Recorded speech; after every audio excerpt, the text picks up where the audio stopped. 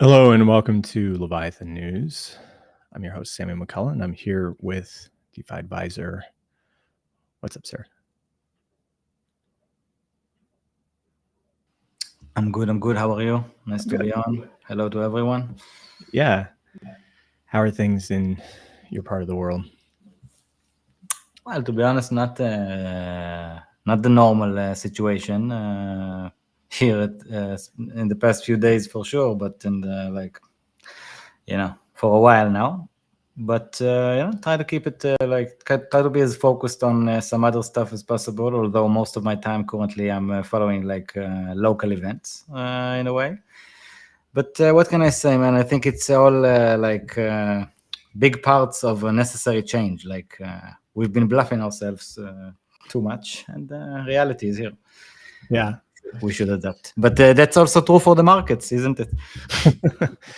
Yeah. Well, the markets are what they are. Everybody's in DeFi right now. Are the markets what they are, Sam, or are they what we make of them? That is a good point. Well, in Dubai, though, everything's getting flooded. Man, all my timeline is like weather from Dubai and funny tweets about liquidity. Everyone with their own liquidity joke about what's going on there. Why did they why didn't they seed pools instead? They seed the clouds, all that kind of. I still lost my liquidity and all that. It is quite crazy though that everybody shows up in Dubai and did you see the peaks, man? Now think about it, man. This area is a desert. That stuff is not supposed to happen now. You know what I mean? Yeah, that's a desert, man. I mean, it does rain in the desert. Don't. Yeah, but that wasn't natural rain. This is seeded rain. This is not like nature. All of a sudden, I heard mixed things about this. I mean, there's only so much that the seeding can do. This seems like it was yeah, it went out of hand. It seems pretty torrential. Here's some videos that we have. Pretty intense rain all around. I saw people. Man, that's insane. I saw floods there that I was like, how can it even rain so much in that? It doesn't make sense. Let me tell you. Listen, it doesn't make. Did you ever see it in the desert? Come on. To be honest, deserts are often flooded, but they are flooded in the areas where there are the creeks. You know what I mean? They're not flooded everywhere.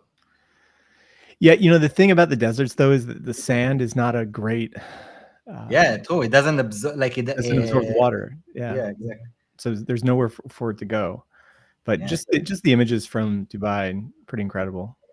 Yeah, you're used to seeing people sitting on the beach, in a luxury tower and all that, and all of a sudden it's people did not expect this when they were thinking about token 2049. You know what I mean? No way they were thinking about these images. Come on. Yeah, I don't know, crazy stuff. It's just one of those lucky events, I guess. Did you see some of Wenmoon's tweets about it? He's been tweeting about it for hours now. What is she up to? I don't know. One funny tweet after the other. It's funny. I saw a tweet from Drake from. Yeah, I saw it too. Right, that he's been stuck in a hotel and trying to get here and there. Yeah, it took him 8 hours to get from the airport to a hotel, and he had to go to 20 different hotels to get settled. Crazy stuff. And the hotels are all booked, but then the people who are already in the hotel, they can't leave, and then there are, you know what I mean? Yeah. No rooms. Wow.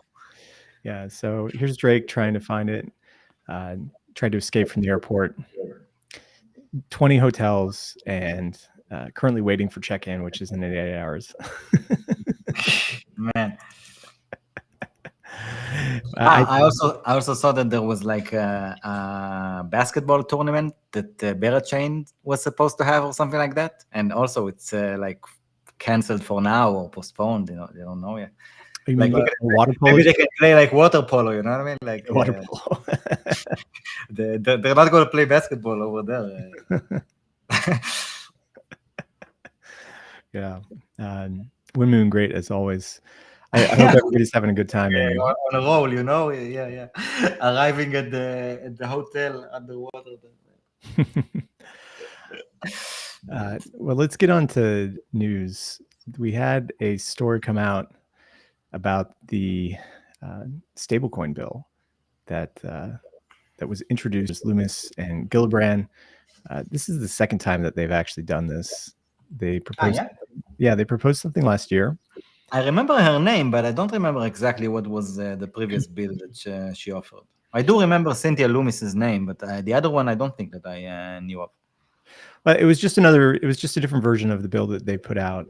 This one has a bunch of updates in it, and it would essentially codify into law stablecoins and how they work in the overall economy, who can issue them, what the requirements are, and there's a lot to unpack. It's quite a long bill. I was reading it this morning, and essentially it comes down to a couple of things. So it would allow banks and non-bank trust companies to issue stablecoins through dedicated subsidiaries. So right now, pretty much all the issuers inside the United States, Circle and Paxos and everyone, are issuing from non-bank trust companies. There is this limit that they put in of $10 billion that would force a stablecoin issuer to switch into a bank. Like it would primarily affect Circle at this point. As Circle, what does it mean? What will it force them to do? Become banks. So they'll have to transition from being a non-bank trust company to a bank at this like $10 billion level. Mm-hmm. Yeah. So interestingly, it switches. So if you're below $10 billion, then you can be supervised by the state regulator. However, over $10 billion, then the Fed steps in and they get additional reporting and enforcement actions that can be handled at the federal level. But right now, that only is applicable to Circle. Do you have any idea, like, what will it currently like change on their operation if they are like forced to become a bank? And by the way, if it does passes, like they have to become a bank like immediately, probably, no? I believe there's a requirement that they do it within. So once they hit the $10 billion level, then I think there's like a 6-month period that they have to transition to being a bank. I'd have to check that against the text. Aren't they already bigger than 10 billion?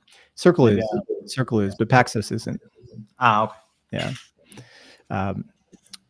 There also is a ban on unbacked algorithmic stablecoins. I think this is response to the Luna crash, and we've heard this going on for multiple times. Yeah, they like they just hear that name. It's something that they immediately like. It's very easy to just hear the name also and even like want to ban it. You know what I mean? Mm-hmm. Yeah. My question would be, how will they decide though?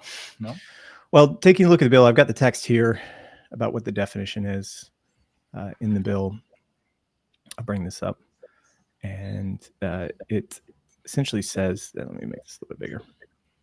So, algorithmic payment stablecoin is something that's represented by the issuer and designed to create the reasonable expectation that the crypto asset will maintain a stable value relative to the fixed value of the dollar, and that it relies on an algorithm that adjusts the supply of the crypto asset in response to changes in market demand for the crypto asset to maintain the expectation that the crypto asset will maintain a stable value. I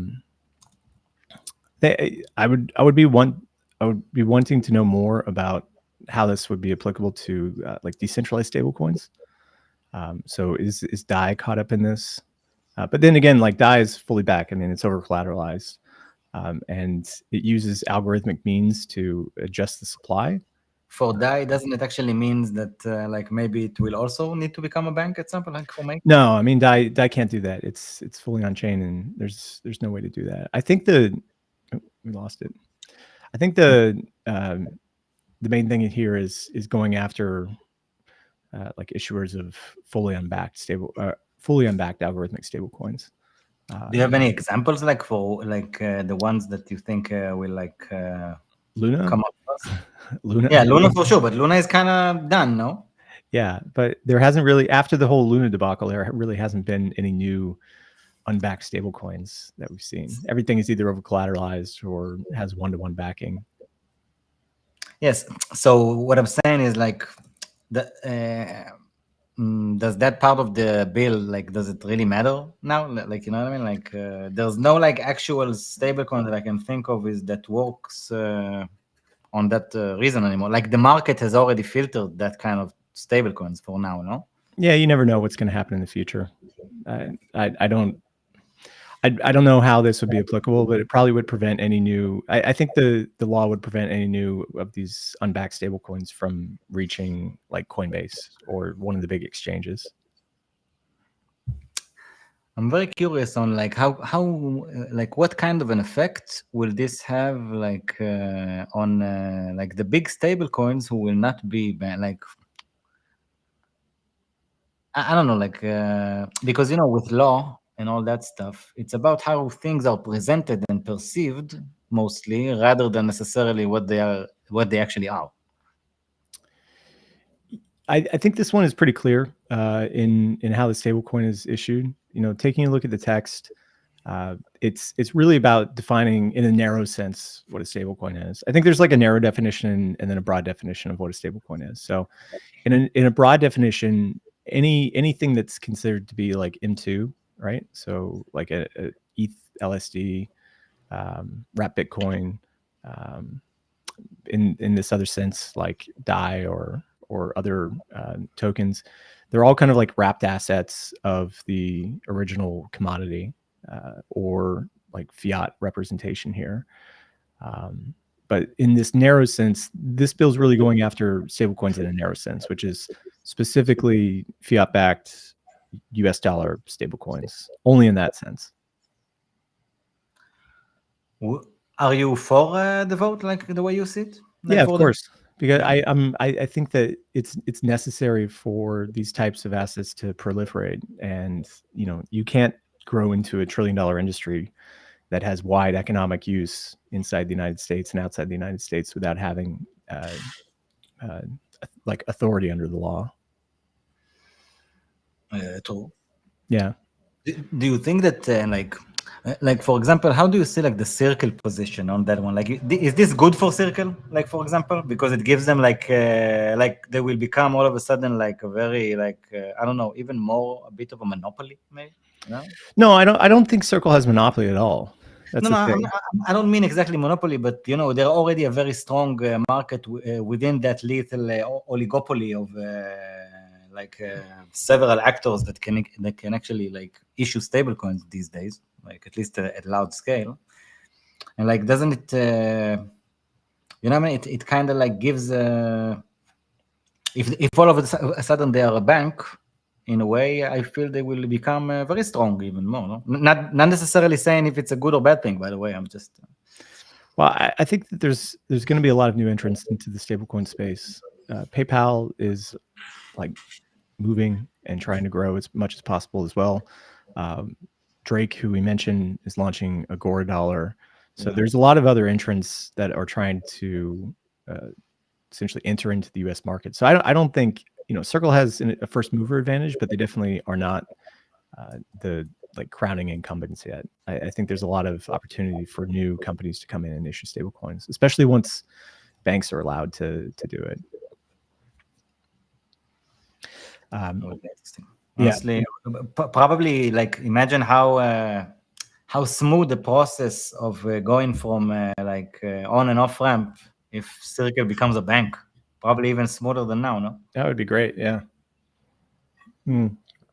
How easy it is, by the way, to switch a bank in America? To become a bank? No, to switch a bank account, like to shut down a bank account at one company and to like move all your funds to. Should it like be something you just do online? And yeah, I think you can do it online. Yeah, I mean, I don't have $100 million in the bank, but you know, Sam, yet. Also, it's not on chain. Yeah, he didn't say on chain, guys. So. As a retail client, it's relatively easy. I don't know what it's like having being a large corporation doing that, but I'm sure it's easy enough.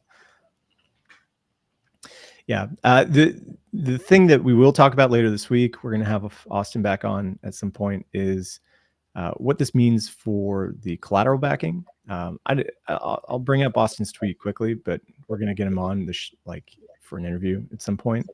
Right. Essentially, there's some questions. Austin brought up some questions about like reserve backing. There's this like 90-day limit on T-bill issuance that they can purchase, T-bill purchases. But he says that sometimes it's like 92 or 93 days because of weekends. And also there's no reverse repo on the list as well too. And I don't want to get too much into that without having him here, but he does bring this up as an issue, and we'll talk about it at a later point with him. Would be great to have him on. Honestly, one of my favorite guests. Me too. Yeah, Austin's great. So outside of that, we also had some other news. Scroll is issuing a point system. Wow. Yeah. Scroll ZK, you mean Scroll ZKP? Yeah. Yeah. So they're calling it Scroll Sessions, and they call it a loyalty program to reward people. And so to be eligible for Session 0, which is like, I love these names, I like all these names. Operation 0. Yeah. I like the small little marketing between the lines. You know what I mean. I'm not saying that just Scroll. Like on the contrary, everyone is doing it like in their own way, like the way they present their product. So the way, this is like season 1 for, instead it's like called Session 0, but it's like season 1 for points. Yeah, the seasons stuff is strong. So all you have to do is bridge over ETH or wrap staked ETH via the native bridge using layer 0, and that's all you have to do. They're gonna add some more activities later on, but this is the primary way to earn points now. And they're gonna use the Scroll bridge to ramp up some cash, some ETH there. I've used Scroll. So Ambient is on Scroll, and I think they're really interesting. So what's that, by the way? I don't remember. It's like a DEX. I heard that name, but I don't. I think it used to be called, it wasn't CowSwap, it was CrocSwap. Okay, I remember that name. Yeah, and they rebranded Ambient. So they're over on Scroll now. I think there's some other things in Scroll as well too, but yeah, I've bridged over to Scroll and tried some stuff out. But there is going to be a retroactive points deployment for people who've bridged over since October 10th, 2023, which was the Genesis block. Yeah, and let's see what else we have. Have you been following this war story? No, but isn't that like what is caused? Didn't they say it's what's causing most of the like congestion on Solana? Some of it, some of it, but it's like a proof of work mining system where essentially you spin up an instance and you're essentially trying to like mine transactions out, and they are shutting down effective immediately. So because of the like strain on Solana, they have become one of the most used programs by transaction count, and they're producing a ton of load on mainnet network. And so they say that it's helped identify some bugs in the Solana networking stack, and but they're going to shut it down because of the difficulty updates, and they need a new contract design. So V2 is coming, and the existing OR tokens will be eligible for the new V2 token that's coming out. What I did find interesting is that Anatoly, the founder of Solana, told them to move to testnet, and essentially said, "Hey, come stressnet our testnet as much as you want, please." And he'll then issue the rewards on mainnet. Kind of a cool idea. To be honest, yeah, and at least he needs to be creative because, man, when Dimitar from Epor was here, like in the beginning of the week, and he said that it took him like 45 minutes to buy a meme coin. Yeah, like come on. I don't know. Like maybe it's not the experience of most users there. I'm not actually saying, and personally, I don't use Solana, but like come on, man. Like, it's gonna get annoying for people at some point. And yeah, so taking a look at the failed transaction rate on Solana, it's currently sitting at about 61% for yesterday. man, that's insane. I That's know. insane. That's insane. Today it's at 70%. We're so early, Sam. You know what I mean? We're so early. Like, one of the most successful networks is still like 70% of transactions today didn't pass through. Kind of crazy. So anyways, Yeah. we're shutting down. Hopefully that reduces some strain on the network. It may not, because there's a ton of Yeah, it may not. You think? I was actually like, I don't remember where I read it, but like I read an argument that this is like most of Solana's congestion. You say that it's not the case. It might be. I think they are taking up a lot of the network state. So we'll see. We'll see how this plays out over the next few days once they've shut down, and see if there's any reduction in the amount of failed transactions. But it's a good idea. I think that we've seen this across multiple networks. There was a tweet that we published the other day on the feed, essentially saying that there's one application or like one contract on Base that's taking up like 70% of the state, and that's Zen. Wow. XEN. Wow. Yeah. And what? Yeah. 70% of what again? Maybe I didn't get 68%. Here, I've got it right here. No, but 68% of what exactly on Base? Like of the total state of the network. Yeah. So here it is. You can see the Base chain storage usage. So 70% is taken up by Zen. Why? Because the way that you mint Zen is by essentially using as much block space as possible, and yeah. So all this stuff like really makes me like feel that the industry is really is still so early, immature on like most aspects, Mm-hmm. Yeah. And then let's see. The last thing I wanted to talk about today before we wrap up is, have you used the Ton blockchain yet? No, but I should have, to be honest. So they have introduced Memelandia on Ton. So they call it a central hub for meme coins and community tokens. And wow, this can be big, This can be big. So apparently they're setting up an incentive program with $150 million in rewards for people who trade meme coins, LPs, and teams. But what do you mean, like actual $150 million or $150 million that they're going to make up in meme coin? So the way it works is that there's a leaderboard, and the meme coins that get the most growth can join what they call the major league, and they can get up to 50,000 in Ton coin, and then compete for a monthly prize pool. So 150 million in Ton tokens are actually going to be distributed, they say? Yeah. Man, that's big. I saw a few days ago that Ton was in the top 10. I had no idea. Man, I wasn't following it like... Why not, No, yeah, you're right. Like... Telegram has, you know what? I actually think that Telegram has a bigger reach than PayPal, no?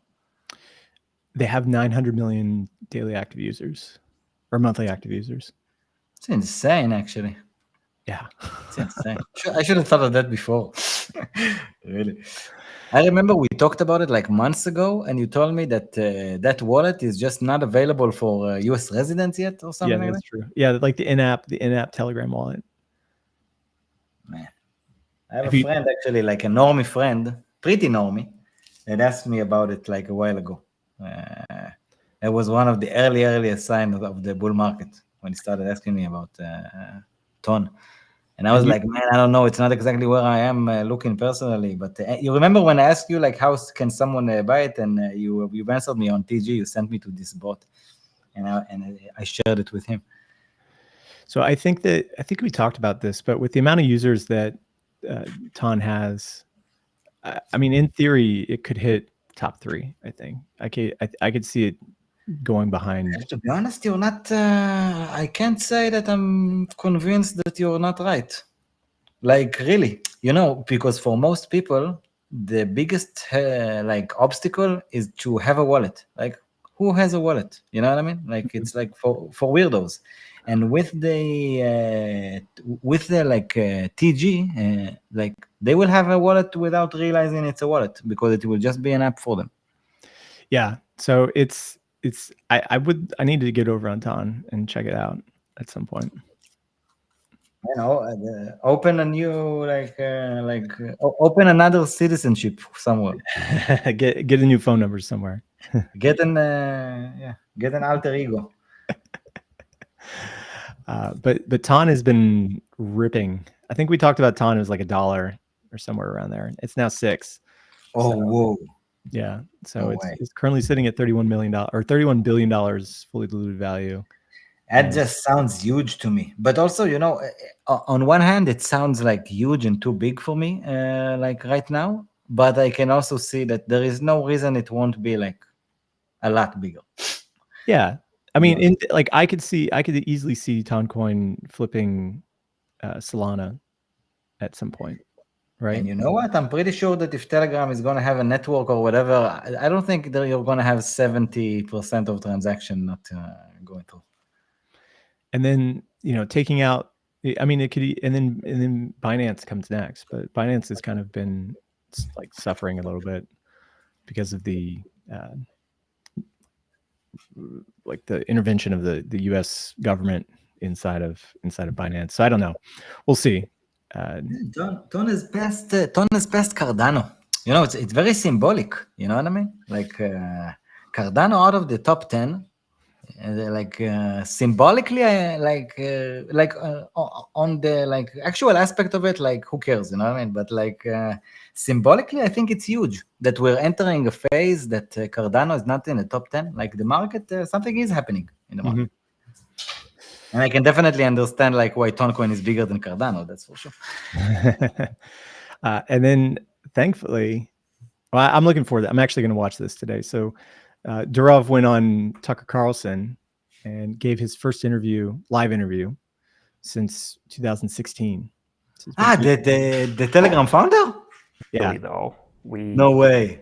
Yeah. Man, Tucker knows how to get to some great guests. By the way, this guy is Russian, right?